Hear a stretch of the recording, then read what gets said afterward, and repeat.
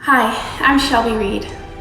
Our family of dealerships have been serving Texas for over 30 years, and we wanted to let our communities know that our counties and U.S. government have deemed our industry an essential business during this time of crisis. That means that our stores are still open, providing automotive service, repair, maintenance, parts, collision repair, and vehicle sales. Our goal is to support our customers, first responders, law enforcement, healthcare and pharmacy professionals, transportation and delivery services, food production and grocery stores, and all other essential businesses.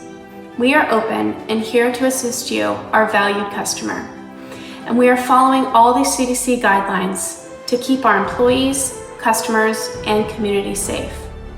For your convenience, you can shop and buy a vehicle through our dealership's websites online. You can also call our stores to speak with a service advisor or sales manager. To assist further, our stores have pickup and delivery options for express buying, trade-in appraisals, and service appointments, so you never have to leave the comfort of your own home.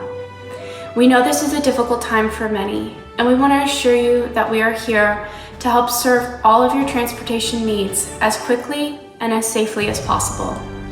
Everyone, please stay safe out there.